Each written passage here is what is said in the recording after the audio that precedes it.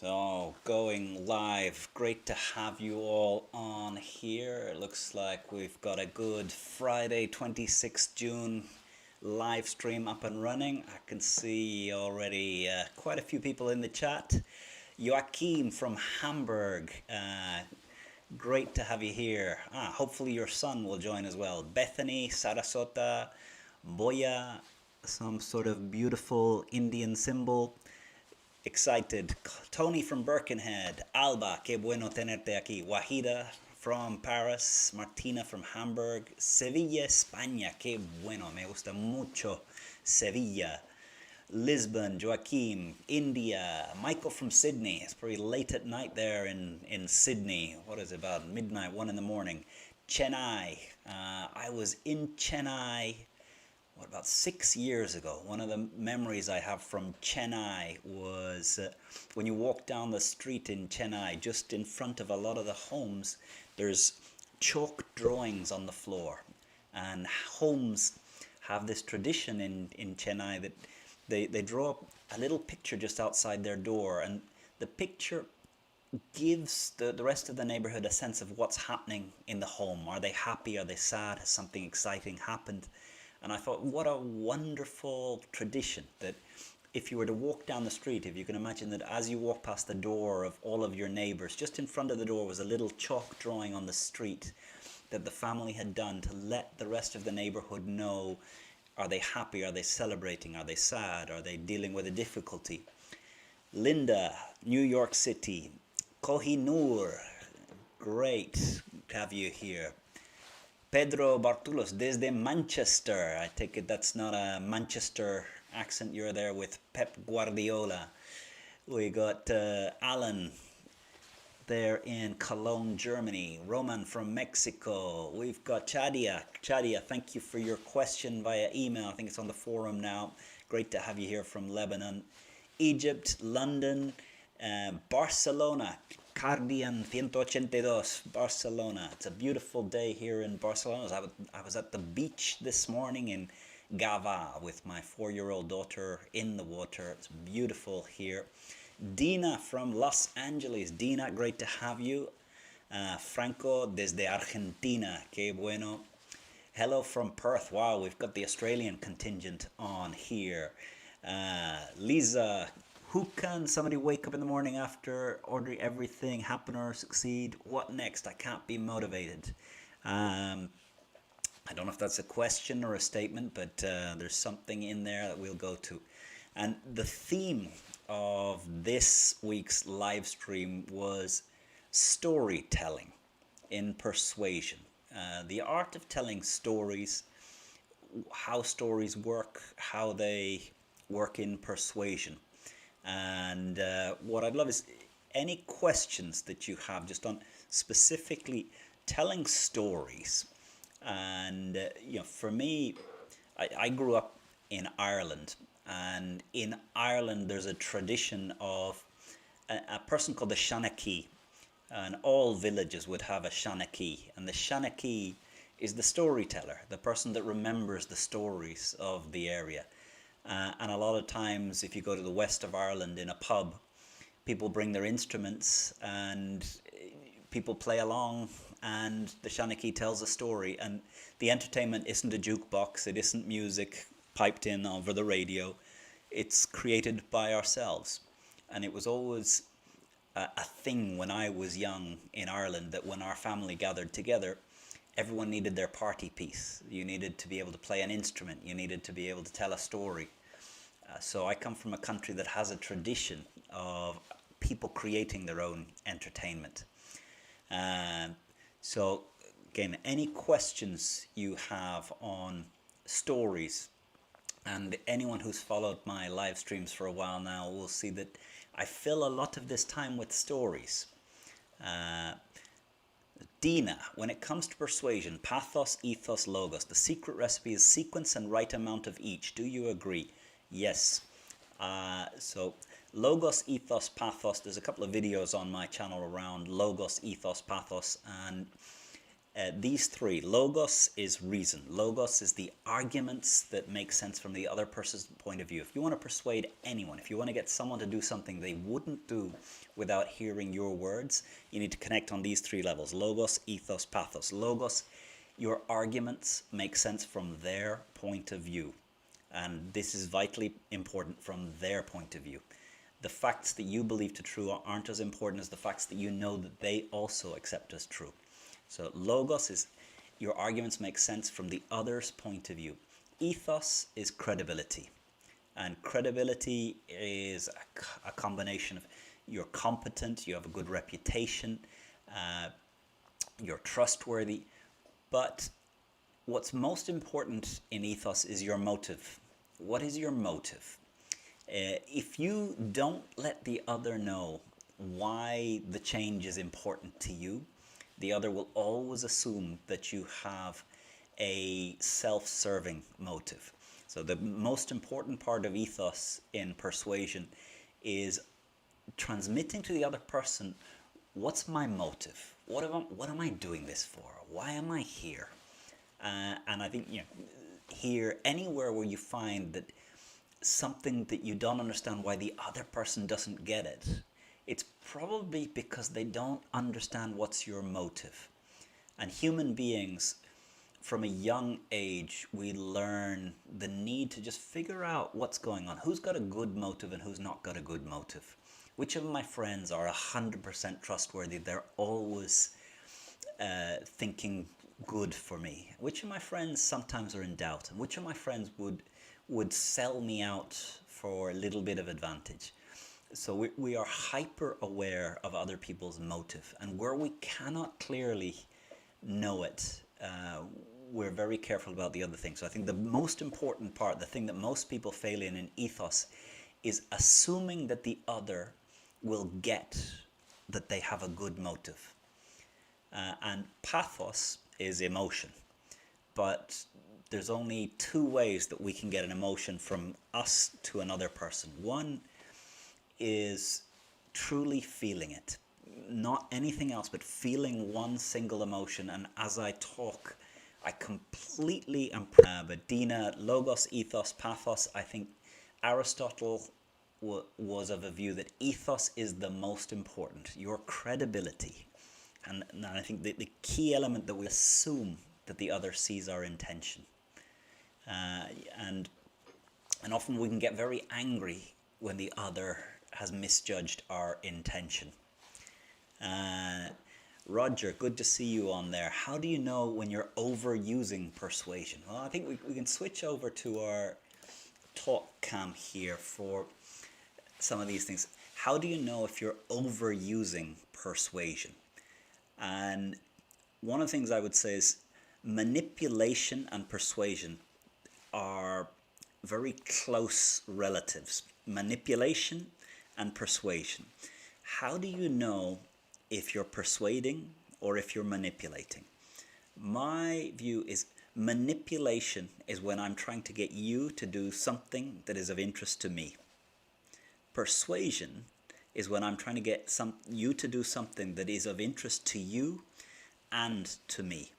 So the difference between persuasion and manipulation is that I've started with you. I've started by looking at your life. I've started by understanding your pains. I've started by trying to get a sense of what your dreams, what your hopes, what your aspirations are. If I don't know the audience, if I don't know the person I'm speaking to, if I haven't taken the time to get to know the employees in my team, you are manipulating. You can only persuade if you honestly know what causes pain to the other person, what dreams, what hopes, what joys do the other person have, what type of future does the other person want for themselves, what type of pains and anxieties do they want to remove from their life. If you don't know your audience, if you don't know the person you're speaking to, you cannot persuade. You are a manipulator. And I think the important thing here is all persuasion is based on you starting from the other person, getting out of your own head, getting out of your shoes. There's an English saying, put yourself in the other person's shoes. But I think this is very easy to say. It's very, very hard to do. Uh, One of the things I'll say at the beginning of the courses I teach is that there's two types of communication. Uh, I can say what I want to say, or I can say what you need to hear. And there's a massive difference. If I have a speech tomorrow, or if I'm going to have a conversation with someone that I seek to influence tomorrow, and I'm thinking, what do I want to say? I'm probably in manipulation. I'm thinking about me. I'm thinking about what I wish to get. If I think, what do they need to hear? Well, then that forces me, well, what do I want them to do? Why would they do this? What pain do they currently experience? What joy is currently missing from their life that would come back if they were to take this action? And if I don't know, then I can't begin talking. I have to begin asking questions and listening.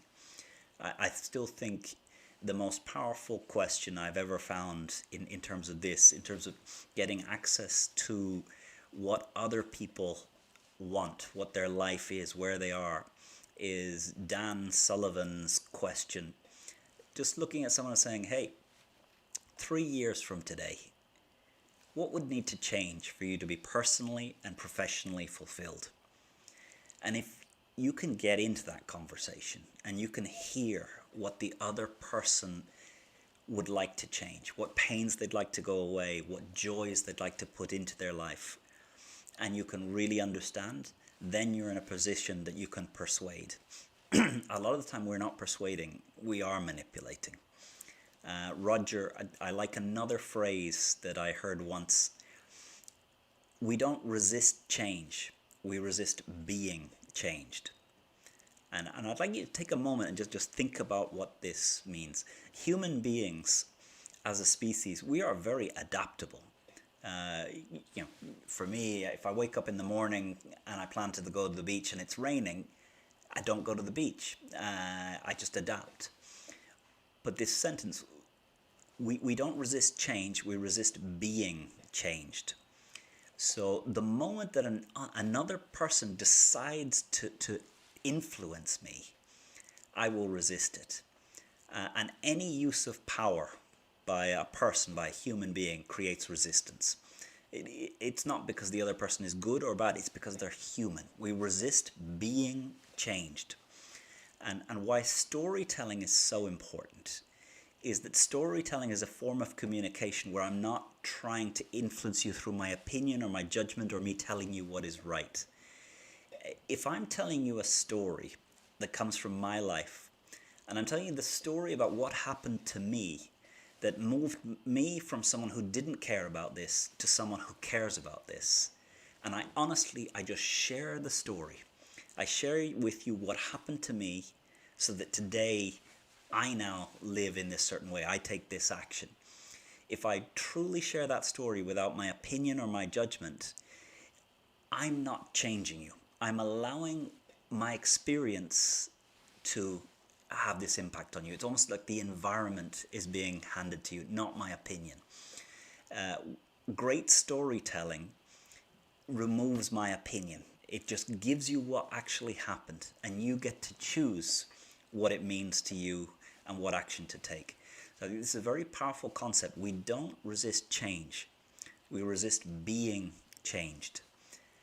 I find that the books that have greatest influence on me are not the textbooks that explain how to do marketing or how to be a leader or how to run a meeting. They're biographies.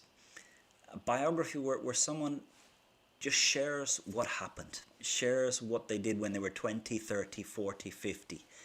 And I take so many more lessons because they're not trying to push this lesson at me. They're just saying, here's what happened, and trusting that I'm wise enough, smart enough, engaged enough to pull the judgment, to pull the conclusion that I need for me. So what I want to talk to a bit today is this idea of, if you want to be persuasive, you need to find a way of being very clear what's a fact and what's your opinion, and being very careful at removing, to the extent possible, your opinion from your stories, from your facts, from your speech, and really allowing the other to take good decisions for them. So to me, this distinction, manipulation, I have already decided what's best for you. Persuasion, I've taken time to know what pains you, know what joys you. I'm going to help you take a good decision for you. And I'm open to you taking a good decision for you. I think very often when I'm going to meet someone, and in some way in my head, I'm trying to recruit them for my business. So I do have an agenda. I do want them to sign a contract. I work very hard to get that out of my head before we sit down and we have a conversation. I want to be of a mindset that the moment we begin a conversation, I'm unattached to whether you sign the contract or don't sign the contract. I want to truly understand what would make this a good decision for you. And if I can position myself as, I'm not trying to change you, I'm trying to facilitate you to take a good decision for you based on what you value, based on who you are, based on the circumstances of your life. One, I find it's a huge lot more successful. And two, it engages a degree of commitment because it is your decision. It is your commitment. You don't have the excuse in 2, 3, 4 weeks that I pushed you, because really all I wanted to do was facilitate a decision-making process. Clearly I have a hidden agenda, but I need to get it out of my head. So for persuasion, to be clean, to not be manipulation, I think we need to be in a mindset that what I truly want is for the other person to improve the quality of their life. And that's my fundamental mission. If I truly believe that my company offers a product that for many, many people, it helps them achieve that, then that's a good thing. But if my aim is pushing product, then I think I'm manipulating.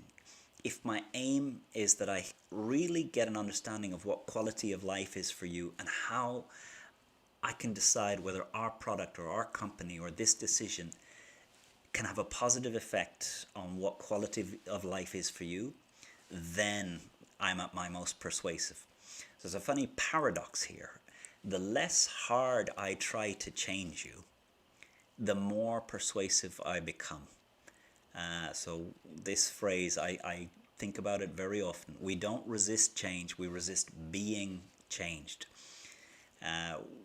In our families, this is a real difficult thing because we have expectations over how much influence we should have over our kids, over our loved ones, over our parents.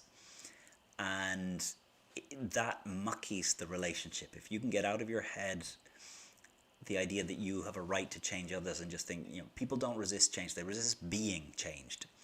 If I want for you to have a better life, and that's my fundamental underwriting purpose, then persuasion comes.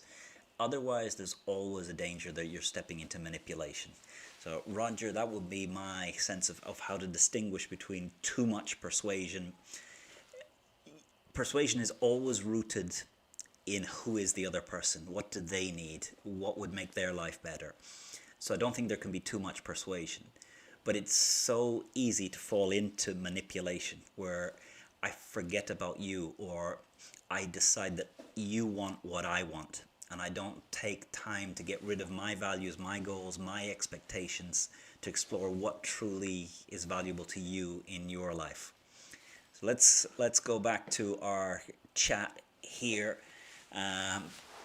It's great. We've got 108 connected at the moment. So again, this is our 16th live stream here on YouTube. I can see some people that have been with us for quite a few of these live streams. I love getting questions. So I can see Roger Parker, how often do you reshare your stories? That's a good question. Alan Noonan, how do you navigate office politics in a multinational company? Oof. Alan, I haven't worked in a corporate for 18 years. I've been an entrepreneur for the last 18 years. So I've lost I have ideas, but not life experience. Uh, to me, one of the great books that I recommend to all young people is a book called "So Good They Cannot Ignore You." And I think the way you navigate politics in any environment is this: you be so good they cannot ignore you. And the book, "So Good They Can't Ignore You," was written by a Princeton professor who took a year sabbatical, and he drove around America interviewing 500 people over 50 that lived fulfilling lives. And he just wanted to talk to them about what decisions they'd taken over their life when they were 20, 30, 40, 50, so that they had reached a place where they were deeply fulfilled by their work. And his conclusions from that book are very interesting. And I think it paints a very good map for what you need to do to be in a place where you have to be aware of politics, but you have a set of strengths that people cannot ignore you, because you bring something that is unique. And in the book, what he says is you must have unique and valuable skills. Unique and valuable skills is the only path to a fulfilling professional life. Because if you have valuable skills but they're not unique, there's always someone who's going to be willing to do it for less, do it more, or do it cheaper. If you have unique skills but they're not valuable, then no one's going to pay you for it. No company's going to value having you around.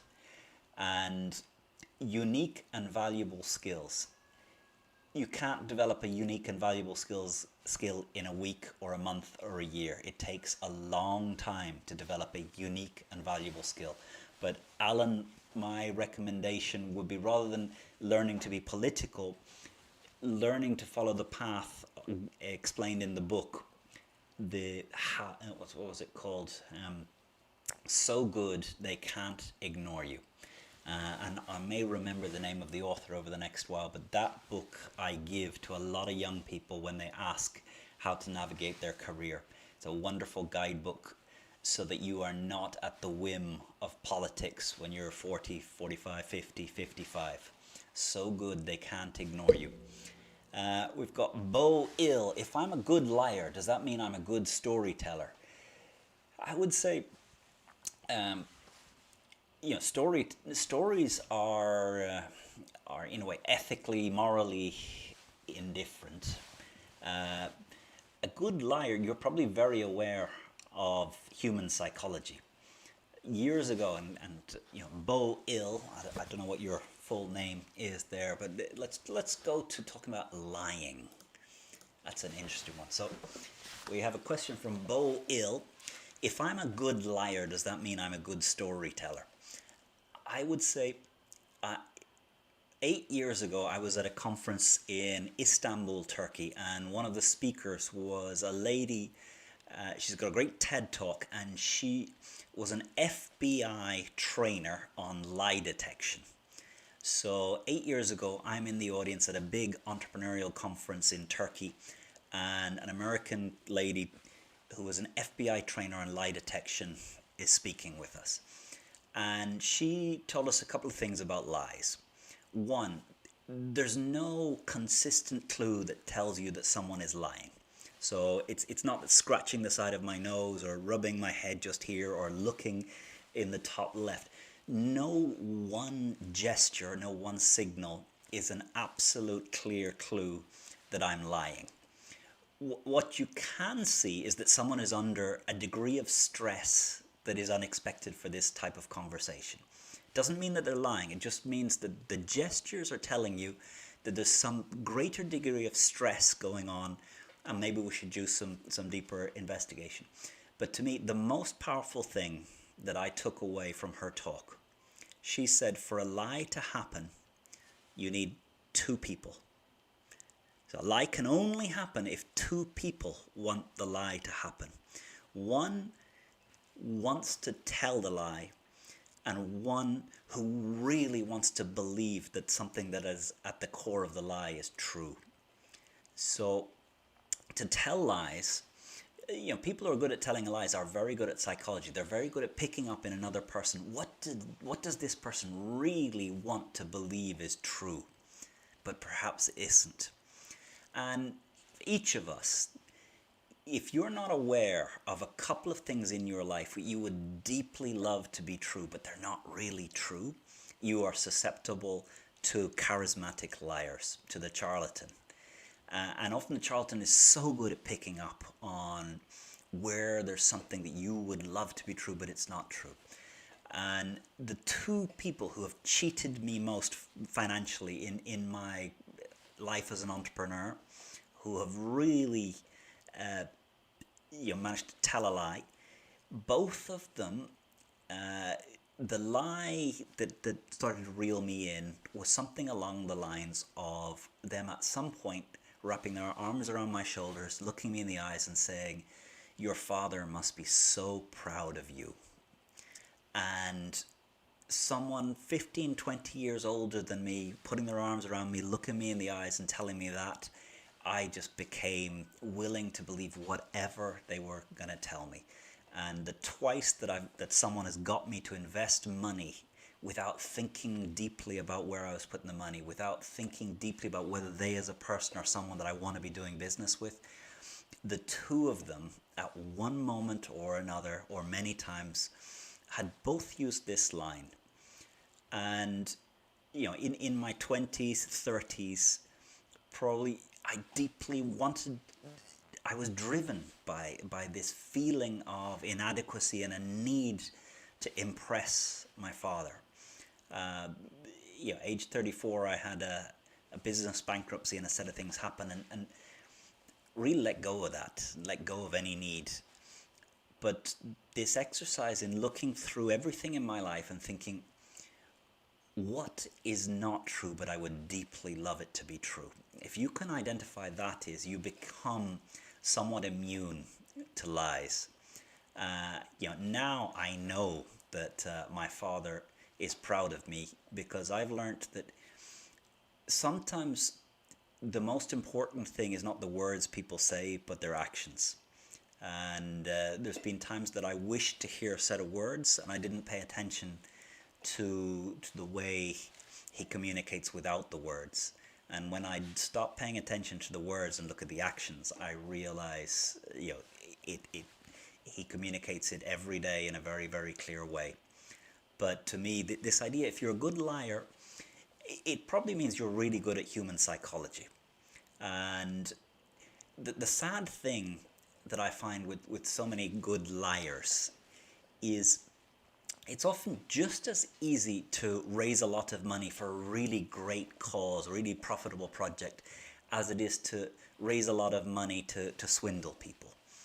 So if you're really good at lying, if you've noticed that you have a knack for it, do some work on thinking, what big projects would you like to create? And if that project can not just make your life better, not just make you richer, but improve the lives of many, many people, then use your wonderful psychology skill to not lie to people, but to help them believe something that really is true and get them involved in projects and your own vision of a way that will improve the world and their own lives. So I guess this goes back to persuasion. A liar, the distinction is, are you manipulating or persuading? Manipulating, you're getting something for you. Persuading, you're interested first in helping them get something that is of value to them.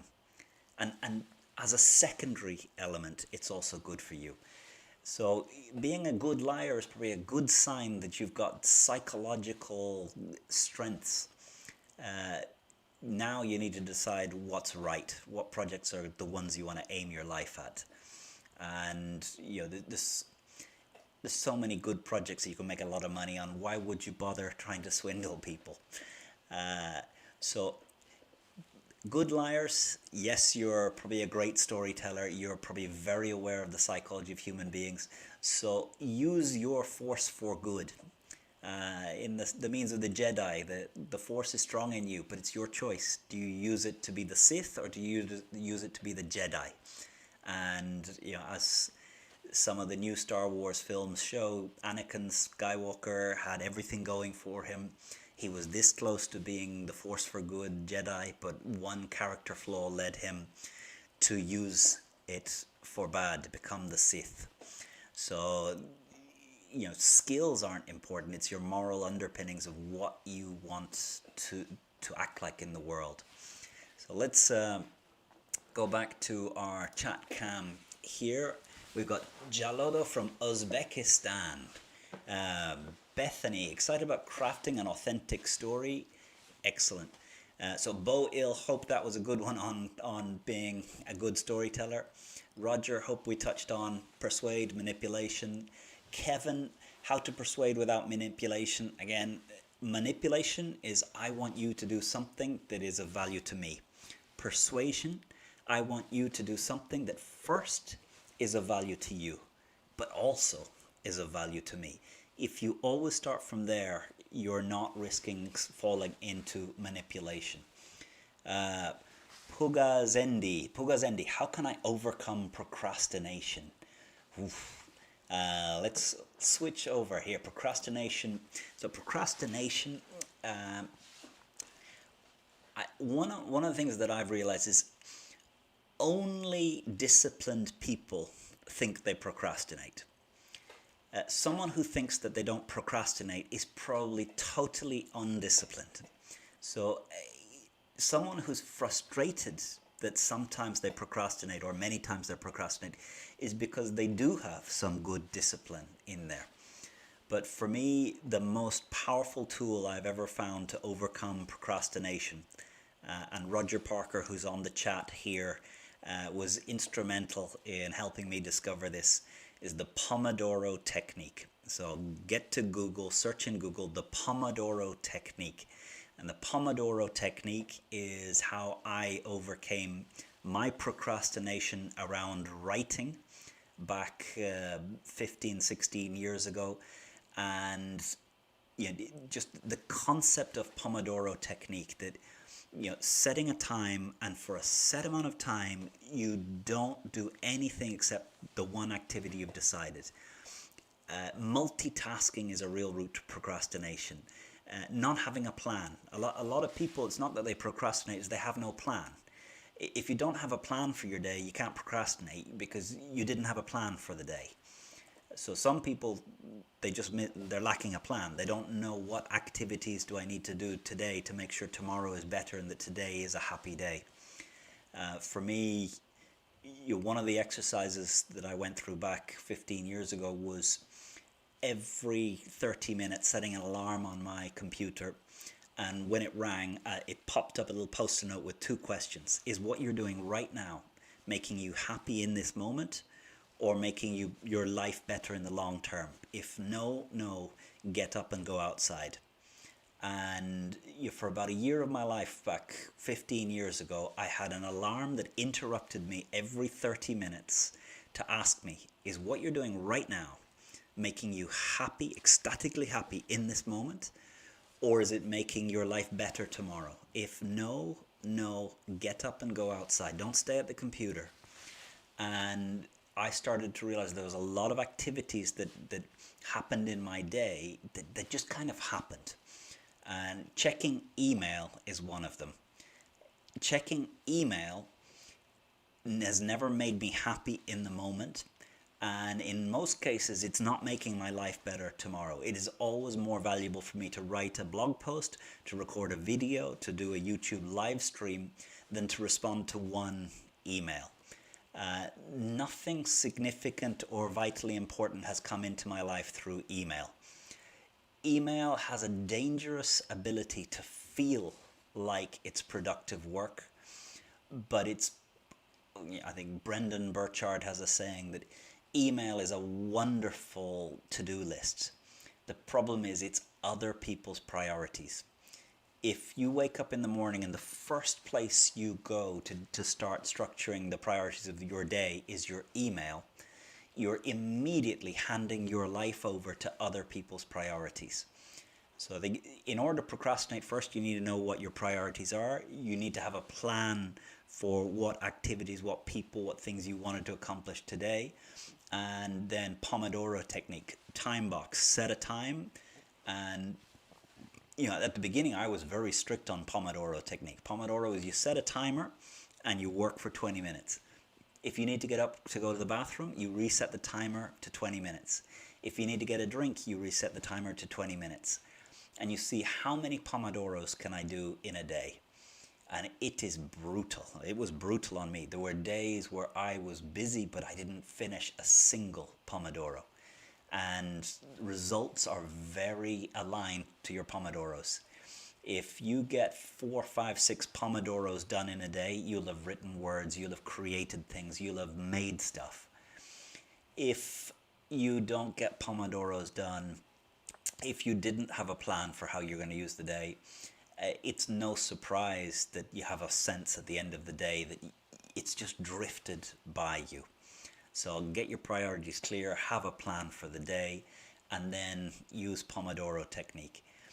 My way that I organize my days now is, again, Dan Sullivan influenced. Dan Sullivan sets 3 important things that he's going to achieve each day. And when he's finished, he stops and he goes away. He doesn't do a 4th or a 5th. Because if you finish 3 important things and then you go on to a 4th, you're punishing yourself. You're teaching yourself that there's no point in getting the 3 done early and well, because you're just going to give yourself more torture. And I love this idea of Dan Sullivan of get 3 important things done and then go out and enjoy yourself. Do whatever it allows you to enjoy life. If you only do 3 things in a day, it forces you to pick what's truly important and to say no to a lot of the clutter that you could fill in if you're going to try and do 20, 30, 40 things in a day. Doing 3 important things and then getting outside gives you time to refresh your energy and be excited and full of energy for tomorrow's 3 important things. And if you really do 3 important things each day, that's 21 important things each week. That is 84 important things every month. That is almost 1,000 important things done, complete, and finished each year. And I think this idea of really reducing how much you try and do, but then being really clear about getting 3 important things done and then go and enjoy yourself. Enjoy yourself without feeling any guilt, and come back tomorrow and do another 3. And for me, meeting someone is 1. So I could have 3 meetings with people and that's my day done. I could have 2 meetings and write a manifesto or a thought piece or a vision document about where the company is going. But I really try, my way of avoiding procrastination is not let myself have too much stuff to do, have small enough stuff that it's motivating, and then be brutal on the time boxing using the Pomodoro technique, setting a timer and just focused work during that timer. The author of the book that I recommended, So Good They Can't Ignore You, getting good at Pomodoro technique is vital to develop a rare and valuable skill. So, any rare and valuable skill has to come from a degree of discipline that you've trained over many, many, many years. And this idea of 3 important things a day, Pomodoro technique just to channel your energy. This is how you overcome procrastination. I think the other part to procrastination is I think I'm a procrastinator. I get a lot of stuff done, but it feels like I'm a procrastinator. And I just realized when I was at work, when I was 20 or 25, and you had people around you doing 14 hours of work, I felt it was necessary for me to find a way of keeping myself motivated to do 14 hours of work in a day. And I've just realized that's not the human being that I am. Conor Neill is able to give 3 good hours of great work in a day. And there's 21 hours of crap. And I cannot do 4 good hours of work. I've got 3 good hours in me per day. And I don't try and do 8 good hours of work. there's plenty of time in a day job where you're not really doing good work. You're just filling time. As an entrepreneur, there's no point in me filling time. No one's paying me for filling time, for looking like I'm busy. So I've learned very clear, I get 3 important things done. I use the 3 good hours that I have in this mind and body that I have. And then I stop and I read books and I do other things, but I don't try and be productive any more than 3 hours in a day. And I don't try and complete any more than 3 important things in a day. I think trying to overload yourself is a guaranteed route to procrastination, because your mind is going to be right in thinking, what's the point? If I'm productive, you're just going to add more. You got to teach your mind that if you're productive, I'm going to give you a holiday. I'm going to give you a relax. I'm going to give you something you love. So, there's multiple paths to procrastination. One is over-expecting what you can do in a day. Another is not time boxing and really focused work, thinking that you can multitask. But most of the time when I meet someone who thinks they're a procrastinator, it's because they have a big goal for themselves and they're aware of how their hours are going. Someone who thinks that they don't procrastinate, when it gets down to it, they don't have a big goal in life. They're just drifting. And because they're drifting, they're not conscious of how much of their time is wasted or how much of their time is just filling time, but not really completing things that make a difference. And to me, this activity back many years ago of interrupting myself every 30 minutes and just asking myself, is what you're doing right now making you happy? Is what you're doing right now making tomorrow a better day than today? If no, walk away, get up, get away from here, don't continue. And that taught me that email is a deadly thing for me, because my mind doesn't think it's procrastination. It feels like work, it feels justifiable. But nothing great in my life has ever come because I've answered an email on time. Nothing great has ever come because I've sent great emails. Everything great in my life has not come through email. It's come from getting out there and having long conversations with people that have access to opportunities, access to resources. So that's the set of activities that I can use to really make a difference. I view email as something as I do as a bit of entertainment, because it's not that hard, but it's not work, it's not creation, it's not making a difference in the world. So let's we've got 9 minutes left here on this. Let's see where we are on our questions. And we've got some great questions coming in, and I guess I need to find the way of keeping on top. Yeah, so Alan, thank you for that. The author of the book So Good They Can't Ignore You is Cal Newport, and he's worth listening to on a lot of podcasts. He's also famous for not being on social media. He's not on Facebook, he's not on Twitter, he's not on any social media, because he just views there's no way that you become someone who is so good they can't ignore you via Facebook, Twitter, or any of these things. As an author, maybe you need a presence on this site, but you don't want to be the one who's putting your hours there. It's commodity stuff. Rare and valuable skills come from doing deep work on things that are developing a skill that is unique and valuable, unique to you and valuable to the world. Mr. Pubzik, hello from St. Petersburg, Russia. Great to have you here. Roger Parker, eye doctor yesterday lost credibility by discussing products their office sold. This thing, the moment I show that I have an agenda, that I'm trying to push product, that what's not, persuasion again is what's most important to me is that you take an action that's good for you.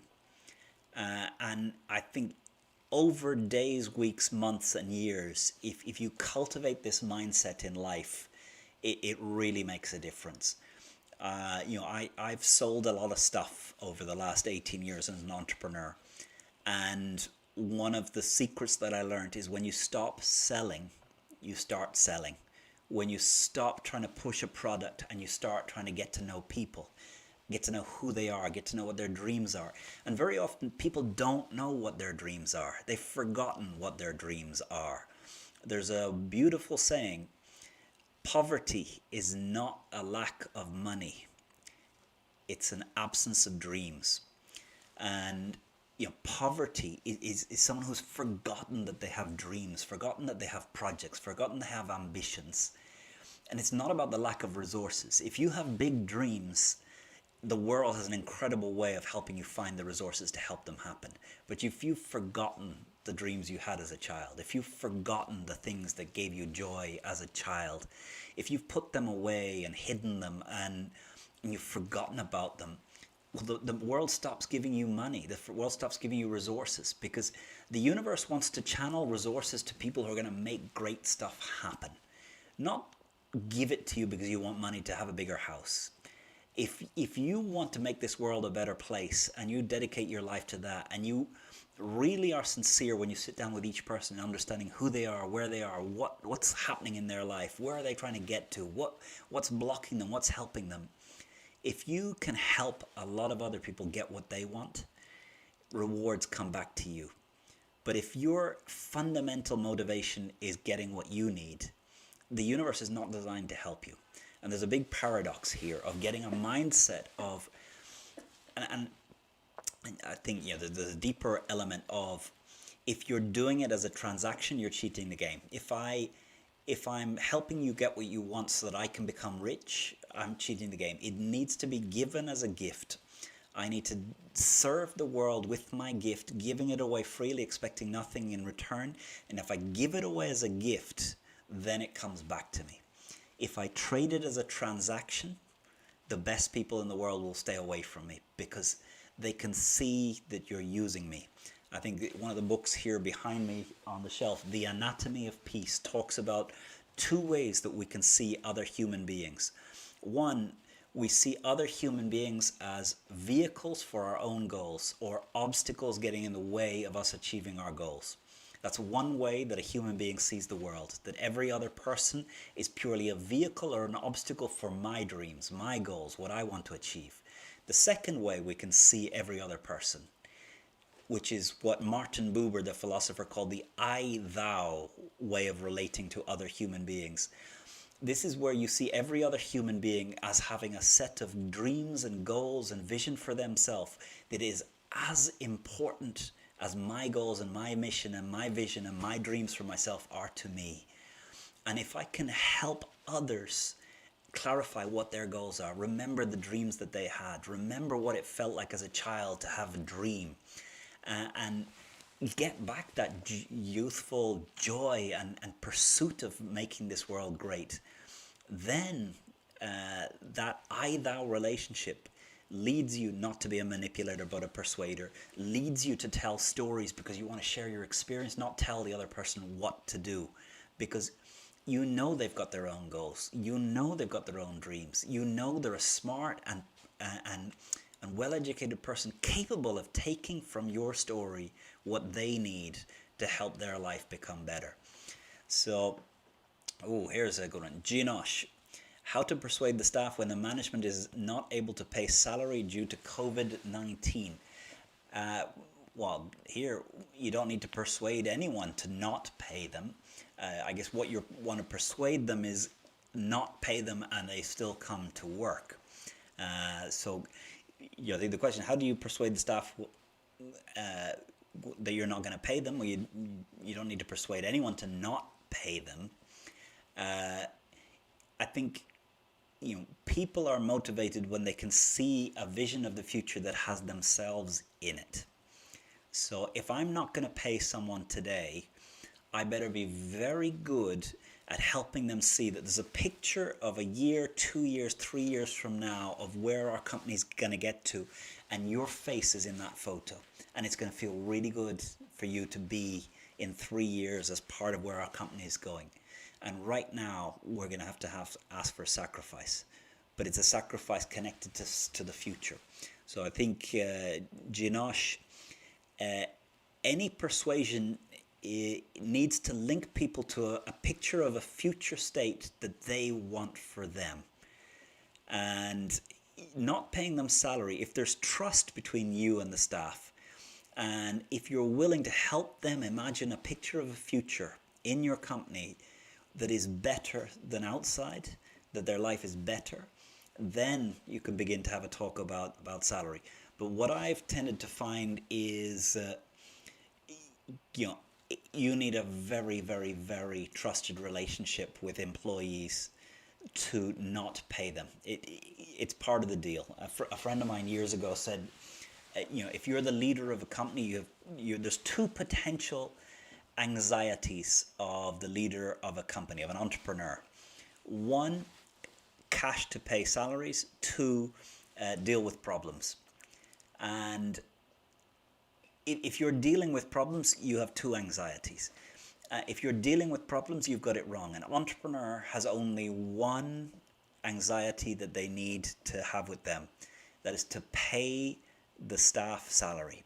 And what I took on years ago, my role as a leader is to leave others to solve problems, but make sure month after month after month we have the cash to live up to our commitments, our financial commitments.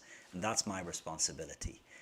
My responsibility isn't solving problems, isn't training, isn't everything else. It's making sure that I have people that can solve those problems, and that those people are motivated to solve those problems, and that those people can dedicate all of their best energy to solving the problems, not to politics and not to worrying about whether there's going to be cash available on the 25th or 27th on the month to go into their bank account.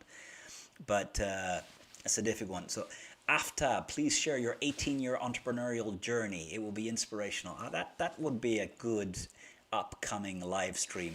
18 years in 60 minutes. So Aftab, I will go there. Jan, so good they can't ignore you. I think we had the Cal Newport is definitely the author of the book. Samia Khan, how to get into that creative mode to come up with a great story. So again, a lot of the books on writing that Roger Parker pushed over to me, Stephen King wrote a book called On Writing. And Stephen King, one of the lines in the book is, he says, a writer is a producer of words. If you produce words, you're a writer. If you don't produce words, you're not a writer. It's binary. Creativity comes from the work. Creativity doesn't come from sitting around thinking about the work. Creativity comes when you're in the flow and dealing with problems. So to me, all creativity comes when you're in the flow of doing the work. Sitting around thinking doesn't put you in a creative mode, or it's a type of creativity that is just disconnected from making a positive difference. So Pomodoro, give the time. And for me, one of the things that I'll do in when I'm teaching, when I ask people to write, I say, I want your pen touching your paper for the next 8 minutes.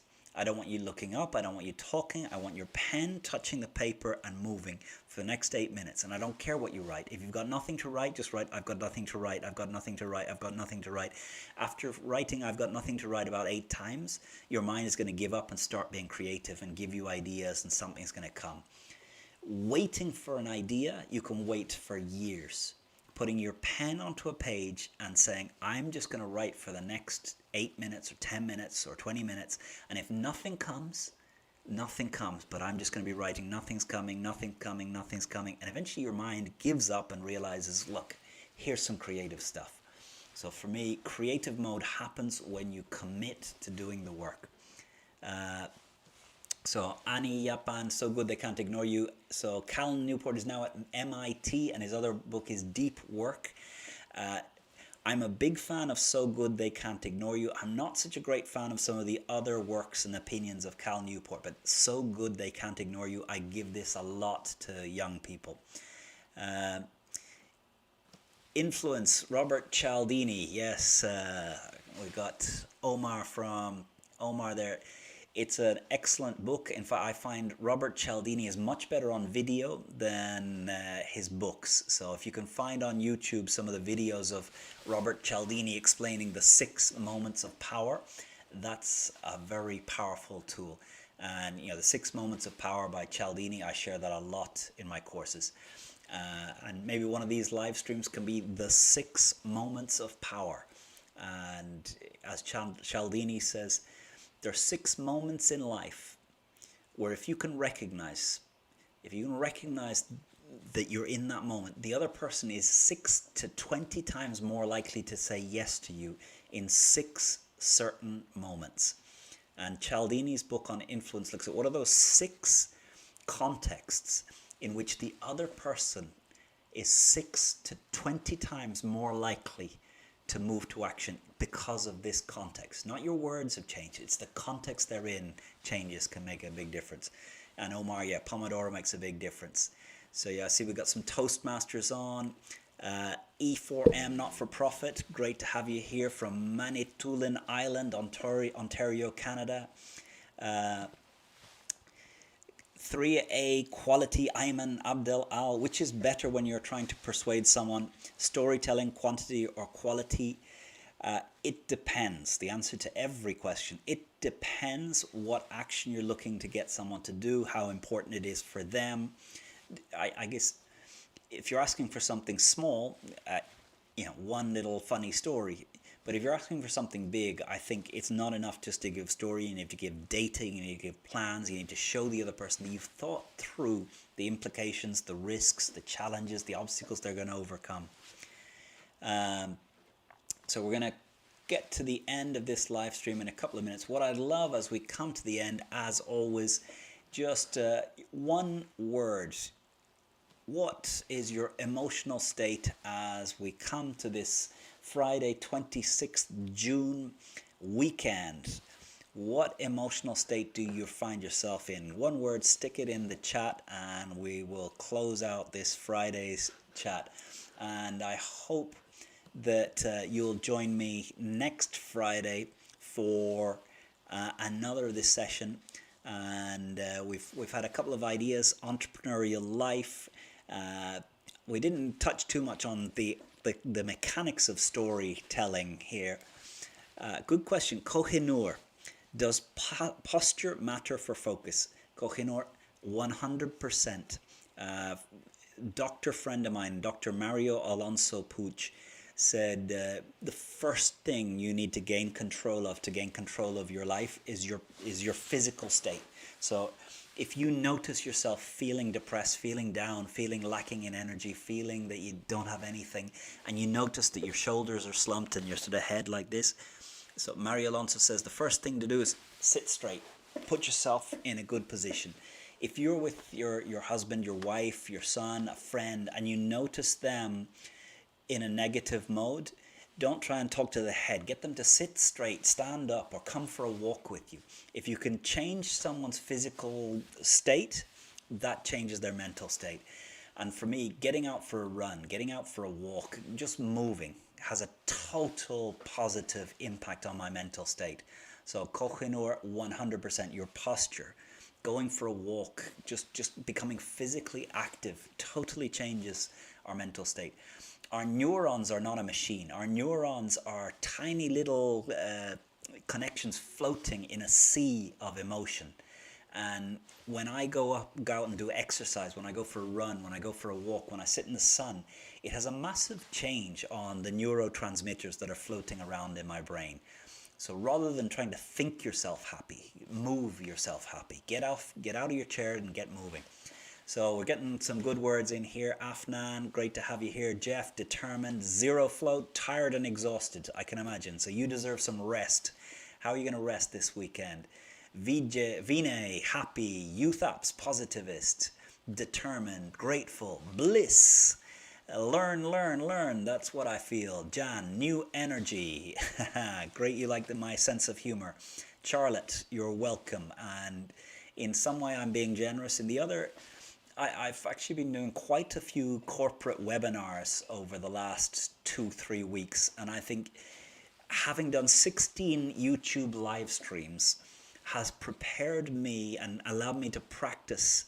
So I'm so much more confident now when I'm running a webinar with a corporate than I would have been if I hadn't had these sessions with each of you. So And again, Dina, great to have you here. I've loved your questions over the last couple of weeks. Dina Lenko, have a great Friday.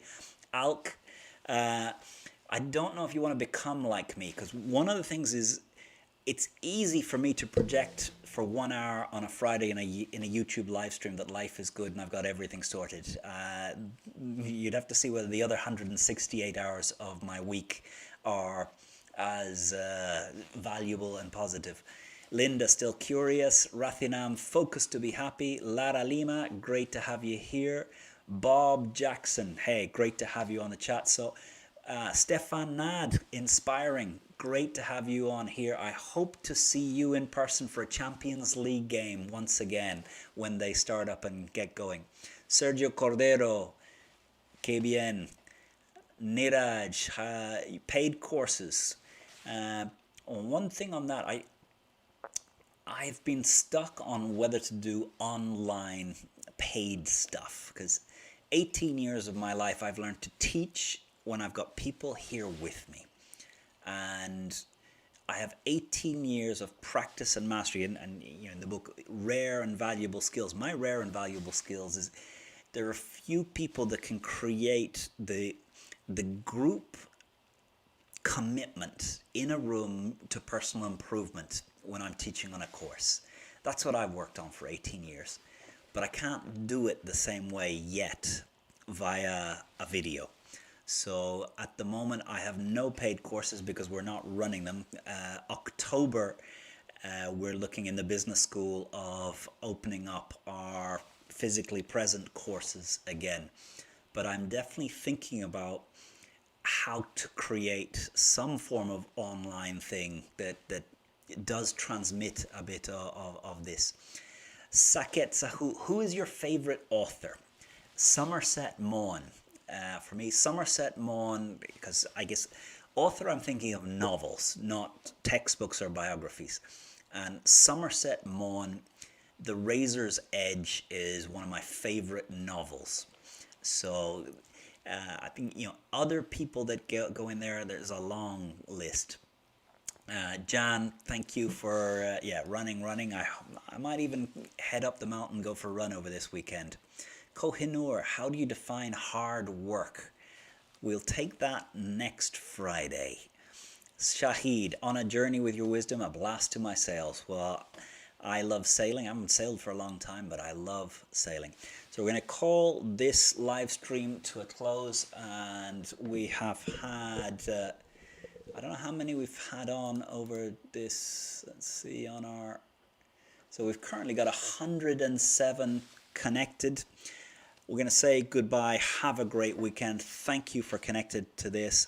Niraj, I will be thinking about whether I am willing to, via video, via this interaction, to run something. Lara Lima, thank you for your encouragement. And, you know, however old and wise I am, encouragement from the world is always appreciated. So thank you, Lara. Thank you, Niraj. Hello, Gigo. Harshad, sail. I like that order. Lisa, pleasure to have you. Saket, have a good one. Chadia, have a great one. I will be answering your question on the forum over the next few days. Gordon, great to have you here. We're going to say 3, 2, 1, and